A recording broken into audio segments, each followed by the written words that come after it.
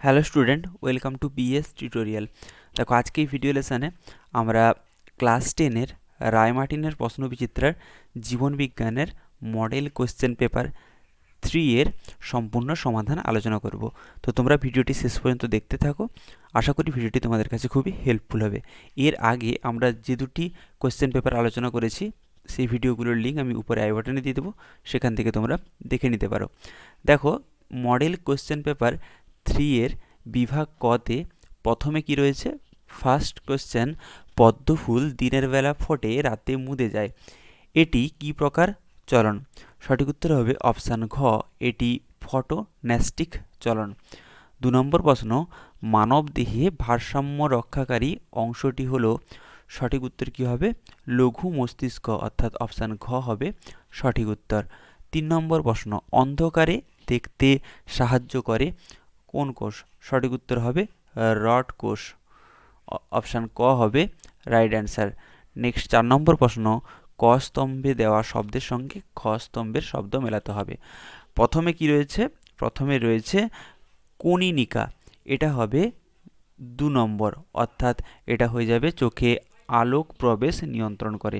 2 নম্বর হচ্ছে কর্নিয়া, এটা প্রতিসারক মাধ্যম হিসাবে কাজ করে, তার মানে এটা হবে 4।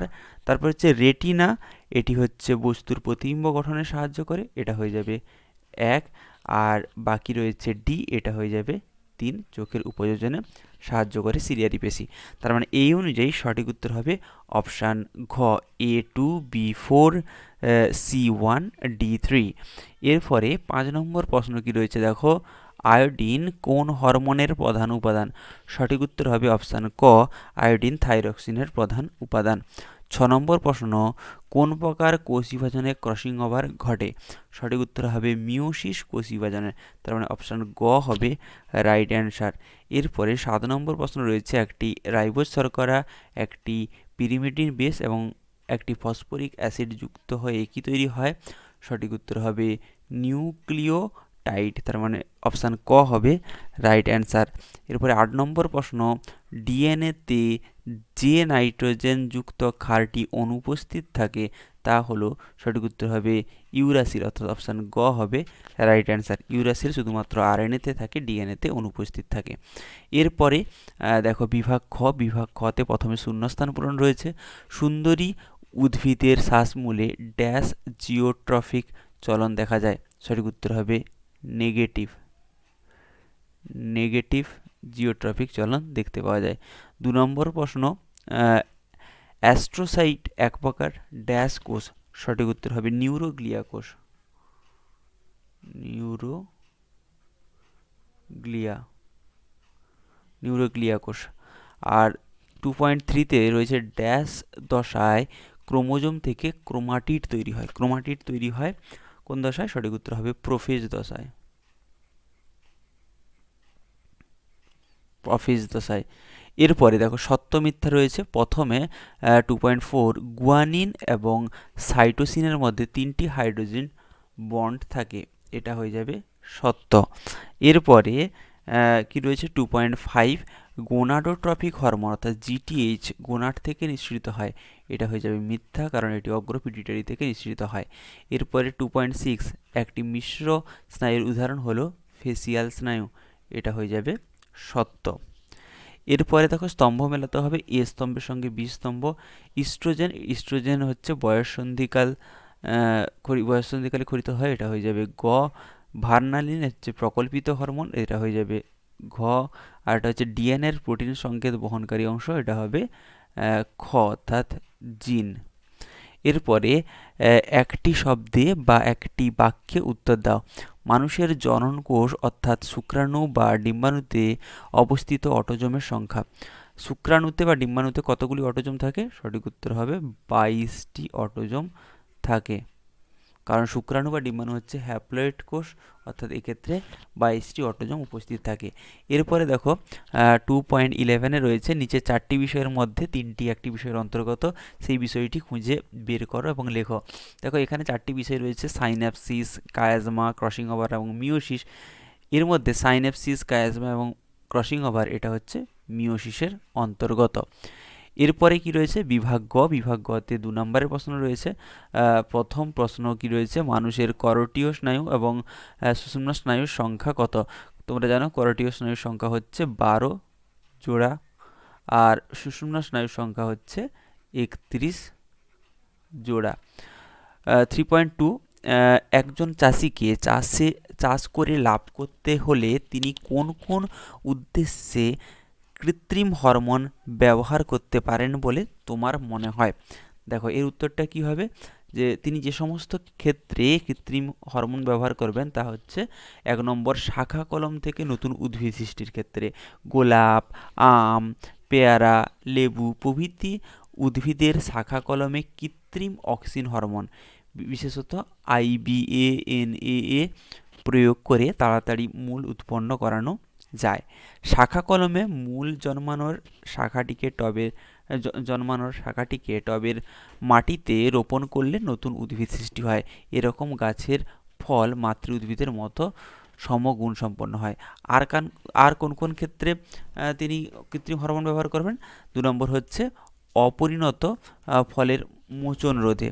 দেখো কৃত্রিম অক্সিন বিশেষত 2,4-D 2,4-ডাইক্লোরোফেনক্সিঅ্যাসিটিক অ্যাসিড স্প্রে করে গাছের মুকুল, কচি ফল ইত্যাদি ঝরে পড়া রোধ করা যায়। এছাড়া আম গাছের মুকুল আসার পর কৃত্রিম অক্সিজেন স্প্রে করলে অপরিণত ফলের মোচন রোধ করা যায়। আর 3 নম্বর হচ্ছে আগাছানাশক হিসাবে কৃত্রিম অক্সিজেনের ব্যবহার করেন বিশেষত ধান, গম, যব প্রভৃতি শস্য ক্ষেত্রে কৃত্রিম অক্সিজেন 2,4-D ব্যবহার করে আগাছা নির্মূল করা হয়। তো এই সমস্ত ক্ষেত্রে এছাড়াও আরও একটি ক্ষেত্রে তোমরা লিখতে পারো, সেটা হচ্ছে বীজহীন ফল সৃষ্টি।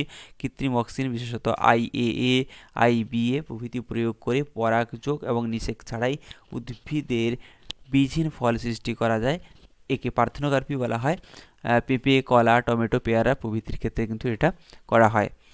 এরপরে দেখো নেক্সট প্রশ্ন কি রয়েছে 3.3, পায়রার যে কোনো দুটি উড্ডয়ন পেশির নাম। দেখো পায়রার উড্ডয়ন পেশিগুলো কি কি না, pectoralis major, pectoralis major,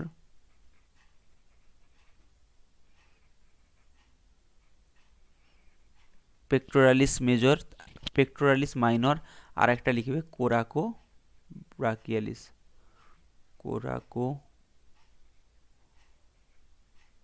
brachialis.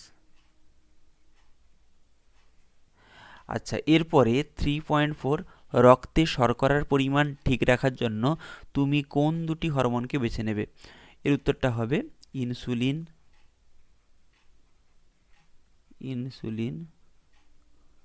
ও গ্লুকাগন। এরপরে 3.5, কোনো জীবকোষে অনেকগুলি নিউক্লিয়াস দেখতে পেলে তুমি কি সিদ্ধান্ত নেবে? দেখো যখন কোনো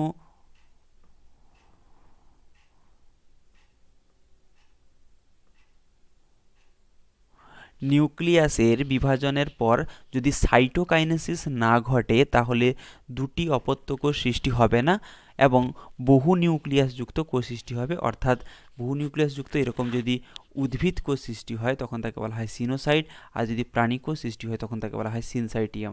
অর্থাৎ যখন আমরা একটি কোষে বহু নিউক্লিয়াস দেখতে পাবো তখন আমরা এই সিদ্ধান্তই আসবো যে এক্ষেত্রে সাইটোকাইনেসিস ঘটেনি, শুধুমাত্র ক্যারিওকাইনেসিস সম্পন্ন হয়েছে। আচ্ছা এরপরে দেখো অ্যাস্ট্রাল বেম এবং অ্যানাস্ট্রাল বেম বলতে কি বোঝো? দেখো অ্যাস্ট্রাল বেম কাকে বলে না, প্রাণীকোষ বিভাজনের সময় সেন্ট্রিওল থেকে অর্থাৎ সেন্ট্রোজোমের সেন্ট্রিওল থেকে অ্যাস্ট্রাল রশ্মি নির্গত হয় এবং সেই অ্যাস্ট্রাল রশ্মি যখন বেম গঠন করে তখন তাকে বলা হয় অ্যাস্ট্রাল বেম। আবার অ্যানাস্ট্রাল বেম কাকে বলে না, উদ্ভিদ কোষ বিভাজনের সময় অ্যাস্ট্রাল রশ্মি থেকে বেমতন্তু গঠিত হয় না, সেক্ষেত্রে মাইক্রোটিবিউল থেকে বেমতন্তু গঠিত হয়, একে বলা হয় অ্যানাস্ট্রাল বেম। এরপরে দেখো নেক্সট প্রশ্ন কি আছে, নিচের 3টি প্রশ্ন বা তার বিকল্প উত্তর দিতে হবে।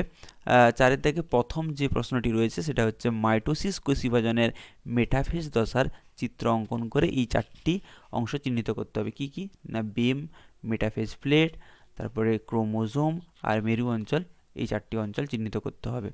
এই ছবি কোন ছবিটা আঁকবে দেখো, এখানে এই ছবিটা রয়েছে, এই ছবিটা আঁকতে হবে।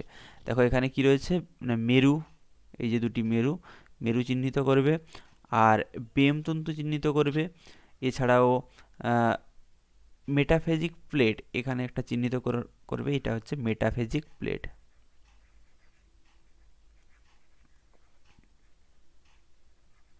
কারণ এই ক্রোমোজোমগুলো বেমের বিষুব অঞ্চলে সংযুক্ত হয়ে মেটাফেজিক প্লেট সদৃশ্য গঠন সৃষ্টি করে, একে বলা হয় মেটাফেজিক প্লেট। এবং সবগুলো কিন্তু অবশ্যই ডান দিকে তোমরা চিহ্নিতকরণ করবে। এরপরে দেখো নেক্সট প্রশ্ন কি রয়েছে, নেক্সট প্রশ্ন রয়েছে একটি সরল প্রতিবর্ত চাপের চিত্র অঙ্কন করো এবং প্রদত্ত অংশগুলি চিহ্নিত করো। কি কি অংশ চিহ্নিতকরণ করতে হবে, গ্রাহক, সংজ্ঞাবহ স্নায়ু, স্নায়ুকেন্দ্র এবং চেষ্টীয় স্নায়ু। তো এখানে এই ছবিটা আঁকবে, এখানে যে অংশগুলো চিহ্নিতকরণ করতে হবে সেটা হচ্ছে, প্রথম হচ্ছে গ্রাহক, এটি হচ্ছে গ্রাহক, তারপরে হচ্ছে সংজ্ঞাবহ স্নায়ু, এই অংশটি হচ্ছে সংজ্ঞাবহ স্নায়ু, তারপরে স্নায়ু কেন্দ্র, এখানে রয়েছে স্নায়ু কেন্দ্র, এবং সব শেষে হচ্ছে চেষ্টীয় স্নায়ু, অর্থাৎ এই স্নায়ুটি হচ্ছে চেষ্টীয় স্নায়ু। এই 4টি অংশ চিহ্নিতকরণ করবে। এরপরে দেখো অন্তঃক্ষরা ও বহিঃক্ষরা গ্রন্থির পার্থক্য লেখো। থাইরক্সিন, ইস্ট্রোজেন এবং এসটিএইচ হরমোনের একটি করে কাজ লেখো। প্রথমে কি রয়েছে 4.2-তে অন্তঃক্ষরা এবং বহিঃক্ষরা গ্রন্থির পার্থক্য। প্রথম যে বিষয়টির উপর পার্থক্য তোমরা লিখবে সেটা হচ্ছে নালীর উপস্থিতি বা অনুপস্থিতি। অন্তঃক্ষরা গ্রন্থির ক্ষেত্রে নালী থাকে না, বহিঃক্ষরা গ্রন্থির ক্ষেত্রে নালী থাকে। 2 নম্বর হচ্ছে অন্তঃক্ষরা গ্রন্থির কাজের স্থান। অন্তঃক্ষরা গ্রন্থি এই প্রকার গ্রন্থির ক্ষরণ পদার্থ উৎসস্থল থেকে দূরবর্তী স্থানে গিয়ে ক্রিয়া করে, কিন্তু বহিঃক্ষরা গ্রন্থি যে পদার্থগুলো ক্ষরণ করে, এই প্রকার গ্রন্থি থেকে যে রস ক্ষরণ করে তা নালী দিয়ে গ্রন্থির বাইরে আসে এবং উৎপত্তিস্থল থেকে দূরবর্তী স্থানে গিয়ে ক্রিয়া করে। দেখো 3 নম্বর পয়েন্ট কি রয়েছে, খরিত পদার্থ। অন্তঃক্ষরা গ্রন্থি থেকে মূলত হরমোন খরিত হয়, আর বহিঃক্ষরা গ্রন্থি থেকে যে সমস্ত পদার্থ খরিত হয় তা হচ্ছে লালারস, অগ্নাশয় রস, পাক রস, আন্তরিক রস ইত্যাদি। এরপরে নেক্সট এর সেকেন্ড পার্ট ছিল থাইরক্সিনের কাজ। থাইরক্সিনের কাজ তোমরা কি লিখবে না, থাইরক্সিন বিএমআর বৃদ্ধি করে। আর ইস্ট্রোজেনের কাজ তোমরা লিখবে যে ইস্ট্রোজেন ঋতুচক্রকে নিয়ন্ত্রণ করে, এবং এসটিএইচ সোমাটোট্রপিক হরমোন এটি দেহের বৃদ্ধি নিয়ন্ত্রণ করে। এরপরে দেখো 4-এর অথবা কি রয়েছে, 4-এর 2-এর অথবা মানুষের দ্বিপদ গমন পদ্ধতি লেখো। একই সঙ্গে রয়েছে সাইনোবিয়াল তরল কি, এর কাজ কি। তো দেখো প্রথমে রয়েছে মানুষের দ্বিপদ গমনের পদ্ধতি। দ্বিপদ গমনের পদ্ধতিটা দেখো, প্রথমে এখানে পয়েন্ট আকারে লিখবে। মানুষের দ্বিপদ গমনের পদ্ধতির প্রথম পয়েন্ট, মাটিতে স্থিরভাবে দাঁড়ানোর সময় দেহের ভার কেন্দ্র দুটি পায়ের ওপর ন্যস্ত থাকে, এবং দ্বিপদ গমনের সময় দেহকাণ্ডের অগ্রগতি ঘটে, ফলে দেহের ভারকেন্দ্রের পরিবর্তন ঘটে ও দেহ সামনের দিকে ঝুঁকে পড়ে।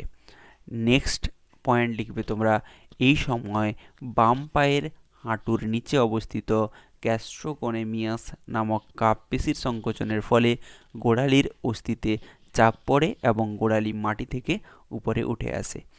নেক্সট হচ্ছে পরক্ষণে এক্সটেন্সর ডিজিটেরিয়াম পেশির সংকোচন ঘটে ও বাম পায়ের পদতলের সামনের অংশ মাটি ছেড়ে উত্তোলিত হয়। এই সময় সমগ্র দেহের ভার ডান পায়ের ওপর ন্যস্ত থাকে।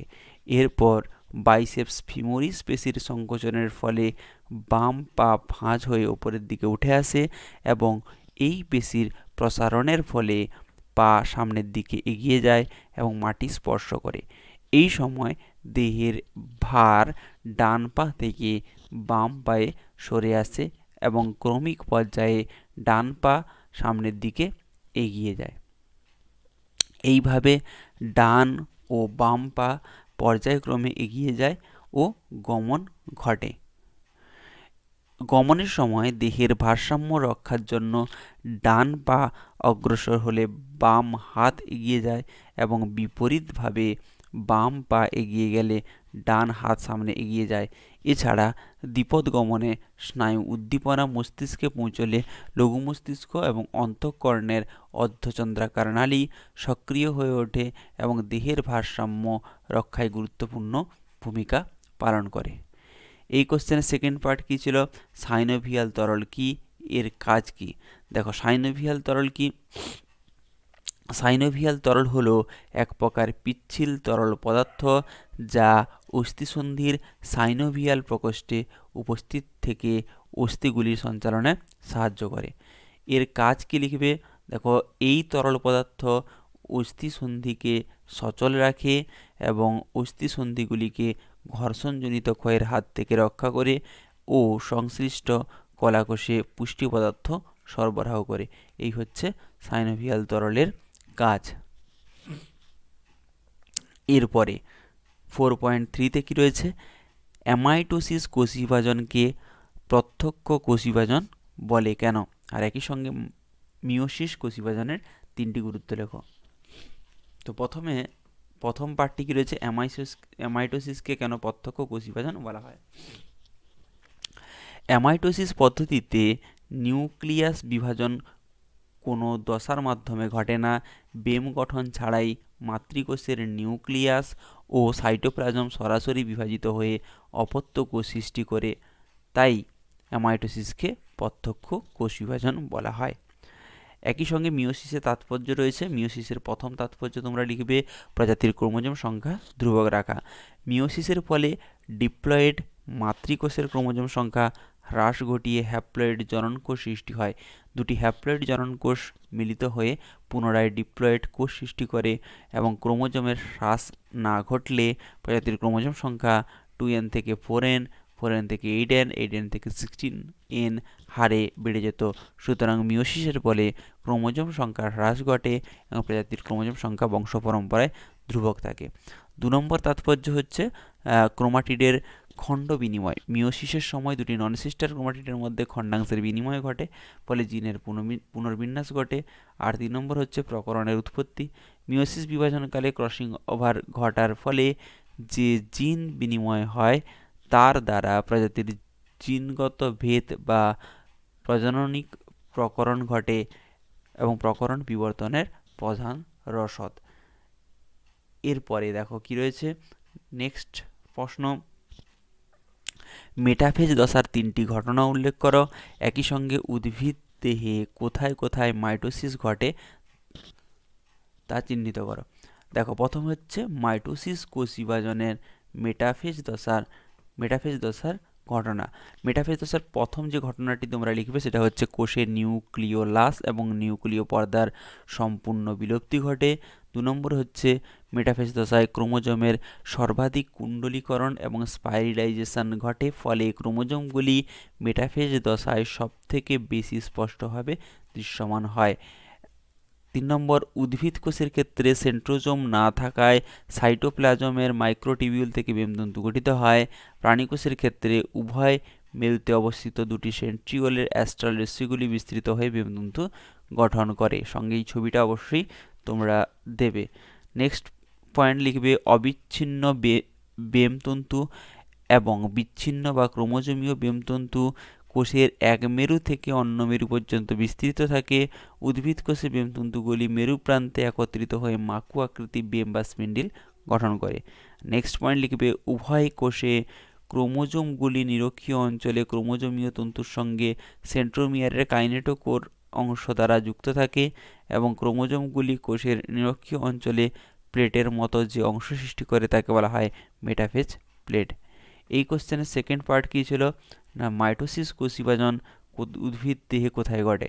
দেখো মাইটোসিস কোষ বিভাজন উদ্ভিদ দেহের বর্ধনশীল অঙ্গে যেমন কাণ্ড, মূলের অগ্রভাগ এবং বর্ধনশীল পাতায়, ভ্রূণমূল এবং ভ্রূণমুকুলে ঘটে।